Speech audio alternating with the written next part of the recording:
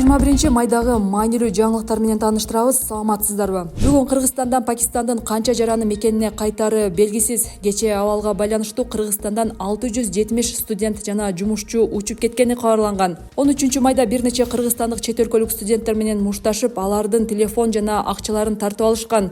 Мушташтын видеосу соц түйүндөрдө тарап, бул 18-майда улуттар аралык толкундоолорго алып келген. Натыйжада бери эле дегенде 41 адам жабыркаган. Жабыркагандардын арасында чет өлкөлүктөр бар. Милициядан 18-майда таңга маал белгисиз 4 киши Mercedes-Benz Sprinter үлгүсүндөгү унаа менен Дордой базарына жакын жердеги үйгө барып, чет элдиктерди сабап, белгисиз тарапка качып кетишкенин билдирди.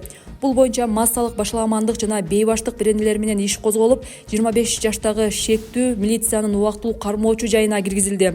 Унаасы айып короого токтотулду. Учурда окуяга тиешеси бар башка шектүүлөр изделүүдө.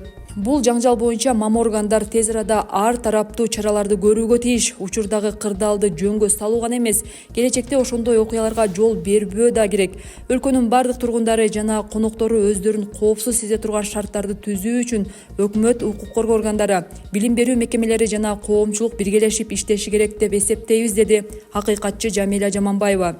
Эл өкүлү Мекинбек Абдалиев тополоңдун катышуучулары индиялык жана пакистандык студенттер эместигин, окуяда кыргызстандык жарандардын дагы күнөөсү бар экенин милиция убагында билдириши керек болчу деп белгиледи. Эми өлкөдөгү бардык коммерциялык эмес уюмдар 2 айдын ичинде бул реестрге катталууга милдеттүү. Садыр Жапаров 2-апрелде чет элдик өкүл жөнүндөгү мыйзамга кол койгон. Анын айтымында бул мыйзам пайда гана алып келет, себеби баары ачык жана бирдей берилген шартта иштейт. Ошондой эле Жапаров коммерциялык эмес уюмдарга эч кандай куугунтук болбойт деп ишендирген. Мындан ары Кыргызстанда чет өлкөдөн каржы алып, саясий ишмердүүлүк жүргүзгөн коммерциялык эмес уюмдар чет элдик өкүл деп таанылат. Орусиянын чет элдик тыңчы термининин аналогу. Андай коммерциялык эмес уюмдар кошумча отчетторду берүүгө жана пландан тышкары текшерүүлөргө дуушар болушу ыктымал. Ошондой эле алар атайын реестрге киргизилет. Жергиликтүү жана эл аралык укук коргоо уюмдары бул мыйзамдын ченемдери жарандык коом уюмдарынын ишин өтө эле чектеп коерун жана репрессивдүү мүнөзгө ээ экенин бир далай жолу билдиришкен.